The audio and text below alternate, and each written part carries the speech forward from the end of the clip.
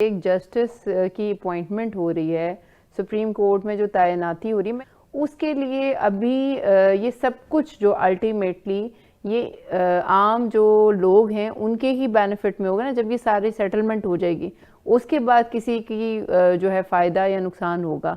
अभी तो फिलहाल जो है, अभी तो वो कहते हैं ना ऊपर लेवल पे मेन जो है क्रीम, उसके अंदर ही चीज़ें जो है वो आपका पेट वर्ड खाड़ बिछाड़ हो रही है, और वो जब सीधा हो जाएगा उसके बाद फिर ये नेक्स्ट होगा। नीयत का बड़ा दखल है। आप देखें जो जुडिशल कमेटी है या कमीशन जिसको कहते हैं, उसमें आप देखिए फॉर्मेशन 13 लोगों की है, जिसमें 5 हुकूमत के हैं, 2 अपोजिशन के हैं, और 3 सीनियर 3 जज हैं, एक से एक चीफ जस्टिस ऑफ पाकिस्तान, एक अटारनी है, वकील कानून है, एक अकलीती है।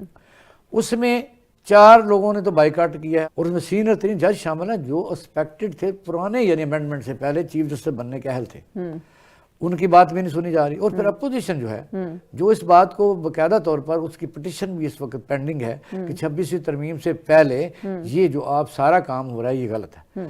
असल मसला ये नहीं है कि किसी की ज़ात पर शक किया जा रहा है, हो सकता है ये जज जो आए ठीक ही हों, लेकिन मसला ये नहीं है, तरीकाकार भी गलत है। और इस लोगों को आपके लिहाज से कैसे तरीकाकार गलत है? तरीकाकार इस वक्त इतनी तेज़ी से, मतलब अगर आप अवाम के लिए कोई जजेस मुकर्रर कर रहे हैं तो इतनी तेज़ी किस बात की है? और सबसे अहम बात यह कि अगर तो आपका नहीं ख्याल है कि जो है वो केसेस हैं वो पेंडिंग जा रहे हैं, चीज़ें जो है वो पेंडिंग रहेंगी, तो अगर ये चीज़ों को फास्ट एक्शन में काम नहीं होगा तो फिर किस तरह काम होगा? फायजी साहब ऐसे ही कहते रहे, उनका यहाँ 57,000 केस है हमारे पास, हम क्या करें। लेकिन जब मौसूफ तशरीफ लेके गए तो 60,000 की फिगर थी। ये केस आते रहते हैं और केस को बहाना है। लाहौर हाई कोर्ट में 2 लाख केस फंसा हुआ है, तो तीनों हाई कोर्ट के चीफ जस्टिस साहबान को सुप्रीम कोर्ट जज बना दिया। तो आप ये बात कर रहे हैं कि ना इधर खुश है ना उधर खुश है। बड़ा मशहूर केस है जो पाकिस्तानी हिस्ट्री के अंदर चला आ रहा है कि फ्रॉड यानी बुनियादी तौर के ऊपर अदलिया की आजादी को दाव पे लगा दिया गया।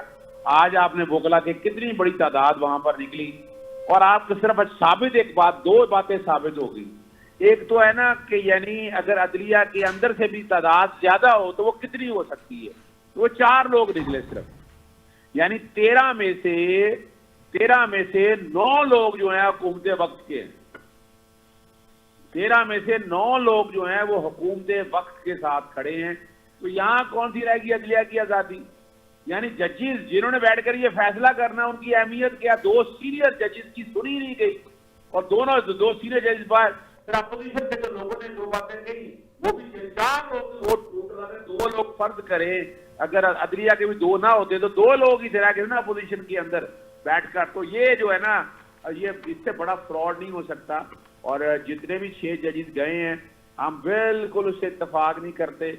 ये जितनी तकर्रियां हैं ये गैर कानूनी और गैर आईनी है, और मकसद इसका ये है कि 26वीं आईनी तरमीम के केस के अंदर सुप्रीम कोर्ट में पैक करके जजेस अपनी मर्जी के लिए बिठा दिए जाए, और जो 26वीं आईनी तरमीम सुनने के लिए जब केस सामने आए तो ये जजेस की तादाद ज्यादा हो जाए, गवर्नमेंट की डोमिनेट कर जाए, और गवर्नमेंट जो काम करने जा रही है, आपको पता है कि पहले तो मुकन्ना के अंदर 2/3 17 सीटों से ले ली पाकिस्तान तहरीक साहब। आप जो बात कह रहे हैं, अजहर साहब आप जो बात कह रहे हैं यही बानिए पीटीआई भी कह रहे हैं। वो कह रहे हैं कि 26वीं तरमीम के ऊपर पिटीशन चल रही है, फाइल की गई है, जब तक उसका डिसीजन नहीं हो जाता तो तब तक हमें जो है इसके अकॉर्डिंगली कोई फैसला नहीं लेना चाहिए। जी बिल्कुल, इसमें तो कोई शक ही नहीं है ना। और ये इमरान खान साहब सिर्फ नहीं, हमारे पाकिस्तान के ये हुजूर वोकला जो हैं, जो बड़ी तादाद है, जो प्रोफेशनल वकील है, हुकूमती वकील छोड़ दें आप इस बात को, पाकिस्तान बार काउंसिल में से तो हुकूमती नुमाइंदे बैठे हुए हैं वहां पर, वो हमारी नुमाइंदावार, हम उसको मानते ही नहीं है। एक और भी बड़ा इम्पोर्टेंट बात है कि आप देखें पूरे पाकिस्तान से जो है तमाम हाई कोर्ट के जितने भी जजेस हैं उनमें से जो है ये जुडिशल कमीशन ने सिलेक्ट किए हैं लोगों को, लेकिन जो है वो लाहौर को जो है वो छोड़ दिया गया है, पंजाब को खासतौर पर इसको छोड़ दिया गया, बाकी सारे सूबों से लिया गया। इसके बारे में ये क्या, यानी कि ये जस्ट टेम्परेरी है या ये परमानेंट है? देखिए 26वीं आईनी तरमीम के मुताबिक तो जो सुप्रीम कोर्ट चला गया वो तो परमानेंट हो गया ना जी। वक्त है कि 26वीं आईनी तरमीम कलअदम हो जाए। जब कलअदम हो जाएगी तो उनके फैसले जो किए होंगे वो तो पास एंड क्लोज ट्रांजेक्शन में आ जाएंगे, लेकिन तैनातियां इनकी नहीं रहेंगी। तैनातियां सारी की सारी कलअदम करार होंगी। और 26वीं आईनी तरमीम का जो मकसद भी था ना, वो वो मकसद सिर्फ यही है, और क्या है, सिर्फ एक ही टारगेट है, इमरान खान साहब, बस दैट्स ऑल। और अब हुकूमत वक्त के अपनी मर्जी के फैसले, अपनी मर्जी की अदालतें, ये सारा निजाम जो है ना टोटल सिर्फ एक ही तरफ लेके जा रहा है। अजहर साहब आप कहते हैं कि आईनी जो बेंच है वो बेनिफिशियरी है, वो नहीं बैठ सकते, लेकिन आपके सामने है कि इस्लामाबाद हाई कोर्ट के आमिर फारूक साहब पर कई दफा दम एतमाद किया गया, उन्होंने डट के हमेशा फैसले भी किए और केस सुने भी। इस तरह अगर इसी तरह वो सारे जज बैठ के फैसला सुन भी देते हैं और कर भी देते हैं, तो फिर कौन सा रास्ता बाकी रह जाता? देखिए वो तो वोकला तो सड़कों पे आ गए हुए हैं ना जी, वो तो फिर आवाम सड़कों पे आएगी। हम तो बड़े अर्थ से कह रहे हैं नहीं, वोकला सड़कों पे आ गए हैं, जजेस ने बायकॉट कर दिया है, पिटीशन दायर हो चुकी है, सारे जो लाए अमल हैं वो तो एक्सरसाइज हो चुके हुए हैं। हमारा आपसे ये क्वेश्चन है कि व्हाट नेक्स्ट, अगर ये सब कुछ फेल हो जाता है तो फिर क्या होगा? देखिए एक बात तो बड़ी वाज़ेह है, हम तो आराम से बैठेंगे नहीं। हम तो अब यानी सीधी सी बात है, लॉयर मूवमेंट हमने 2005 के अंदर हमने लॉयर मूवमेंट चलाई थी, 7 के अंदर, और इतनी बड़ी वो लॉयर मूवमेंट चली थी। अल्टीमेटली क्या हुआ, 105 जज भर्ती किए थे उस वक्त भी, 105 जज भर्ती हुए थे और सारे के सारे जजेस फिर निकले थे। ये भी रिकॉर्ड की बात है। ये भी जज अगर भर्ती कर रही है फिर क्या होगा? अल्टीमेटली अदालतों में भी आए, सड़कों में भी निकले, सड़कों में तो फिर हम निकलेंगे ना। अगर फर्ज करें 26वीं आईनी तरमीम, अगर ये कह रहे कि सब ठीक है, तो फिर हमारी लड़ाई फिर सड़कों में होगी। और उम्मीद है कि सियासी जमातें भी जितनी भी मैक्सिमम है वो भी सड़कों पे निकलेंगी, फिर मुकाबला तो सड़कों के ऊपर होगा। और अजहर साहब, इस कियोस्क का क्या फायदा होगा? अवाम जो है उसके बारे में कोई नहीं सोच रहा। वो जहां पर स्टैंड कर रही है, जिसके लिए ये अदल इंसाफ, ये सारी जो है हुकूमत, ये एम्पायर्स बनी हुई हैं, वो तो वहीं स्टैंड कर रही है। उसके लिए तो उसके तो हालात में कोई बदलाव नहीं आ रहा। देखिए बात बड़ी वाज़ेह है कि जहां तक ये वाला मसाइल है ना, उसके लिए सबसे जो बड़ी बात है वो ये है कि जब तक नीचे वाला सिस्टम ठीक नहीं हो जाता, ये तो बेवकूफ बनाया कि जनाब सुप्रीम कोर्ट में आईनी बेंच बनाना है, हाई कोर्ट में आईनी बेंच बनाना है। मुझे ये बताया, सुप्रीम कोर्ट में आईनी बेंच बना लिया, क्या हाई कोर्ट में आईनी बेंच बने? लाहौर हाई कोर्ट में कोई आईनी बेंच नहीं, इस्लामाबाद हाई कोर्ट कोई आईनी बेंच नहीं, सिंध हाई कोर्ट में आईनी बेंच इसलिए बनाया वहां का जो चीफ जस्टिस था वो इनके काबू में नहीं आता था। अजहर साहब, एक आईनी बेंच हमसे संभाला नहीं जा रहा, अगर ये नीचे हर लेवल पे बन गया तो फिर क्या होगा? नहीं, देखिए उसकी वजह ये है कि आईनी बेंच एक खास मकसद के लिए बनाया गया है, कंट्रोल करने के लिए जी। अगर ये आईनी बेंच बनाना था तो फिर तमाम डिक्टेशन के लिए वो आईनी बेंच लाहौर हाई कोर्ट बनाया ना। लाहौर हाई कोर्ट में इतने आम केसेस पेंडिंग पड़े हुए हैं, यानी अगर आईनी बेंच का बनाना है तो बनाए यहाँ पर आईनी बेंच। पता चले ना कि हुकूमत की नीयत क्या है। हुकूमत तो अंदर से बुनियादी तौर के ऊपर बदनीयत है और वो अपने मामला को लेकर चल रही है।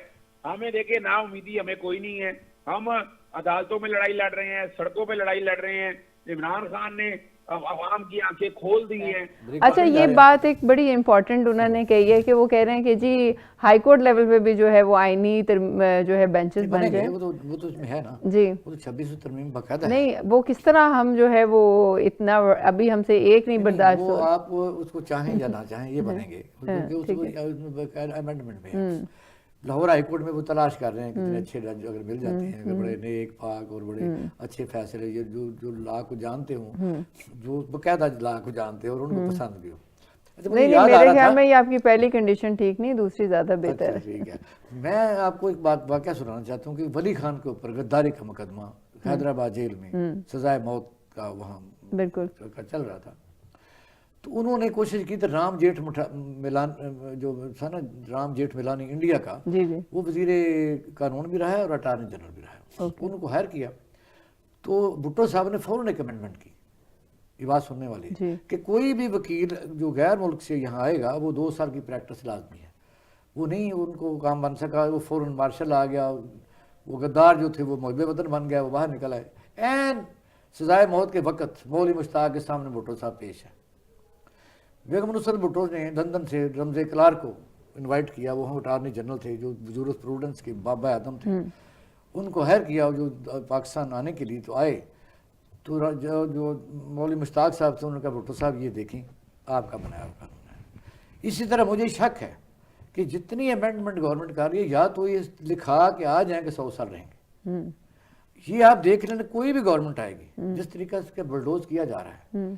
बस गवर्नमेंट के आदमी कितने हैं और बेनिफिशियरी कितने हैं, यानी 5 जजेस जो 3 उसमें सीनियर 3 जजेस हैं, 3 सीनियर 3 जजों की बात नहीं सुनी जा रही, अपोजिशन की नहीं सुनी, लेकिन मेजॉरिटी इज अथॉरिटी उस रूल के तहत सीनियरिटी लिस्ट ही नहीं डिसाइड हो रही, सीनियरिटी का मसला तो वो एक साइड पे कर दिया, उसे तो सिर्फ ब्रश साइड कर दिया। हाँ। अब तो उन्होंने 3 जजेस बना दिया कि कौन बेहतर फैसले करेगा, हम किसी को भी ले सकते हैं, ये भी आप देखेंगे जुडिशरी को तबाह करने वाली एक सीमा थी। अब हुआ ये है कि जो पिक एंड चूज चल रहा है ना इनफैक्ट। हाँ। और मैं आपको बताऊं कि ये कल को कोई भी हुकूमत आती, इवन ये पीटीआई नहीं भी आती, इवन कोई एस्टेब्लिशमेंट की और पार्टी हर डार का आर्ज आ जाता है, तो ये लेने के देने पड़ जाएंगे, वही वली खान केस, वही जुल्फकार अली भुट्टो का केस। मैं समझता हूँ हुकूमत को कुछ इस पर सोचना चाहिए कि ताकत के तौर पर केस तो लोगों के हैं, आपको चंद लेगा। पाकिस्तान हुआ क्या, जब नैब की जरूरत पड़ी तो नैब को खत्म कर दिया, जब पता चला कि सैकड़ों लोग उस जद में आते हैं 50 करोड़ में, 50 करोड़ की हद खत्म कर दी। फिर यह है कि आपने देखा कि कई दफा तो ऐसा हुआ कि इस्लामाबाद हाई कोर्ट के अंदर एक आदमी फिर रहा था, तो भाई तुम कौन हो, उन्होंने कहा जी मैं नैब का प्रोसिक्यूटर, मैं बताने हैं कि कसूर ही कोई नहीं है, कॉल नहीं किया। जब इस तरह की चीजें हों, ये इस तरह छुपती नहीं है। मैं समझता इंसाफ का कत्ल कभी भी ठीक नहीं होता। तरीका ये भी था, ये नहीं को कहता कि नवाज शरीफ को सही सजा हुई थी, हो सकता ना सही हुई हो, लेकिन रास्ता एक ही था। रास्ता इतनी बड़ी उनको फायदा देने का कोई फायदा निकला नहीं, क्योंकि कुछ फैसले ऐसे होते हैं जो बड़ी मशहूर कोटेशन है कि दुरुस्त फैसले ही देर पा होते हैं, उनको आनर होता है दुरुस्त फैसले, और फिर जो है फ्यूचर प्रॉस्पेक्ट को सामने रखे हुए। हाँ,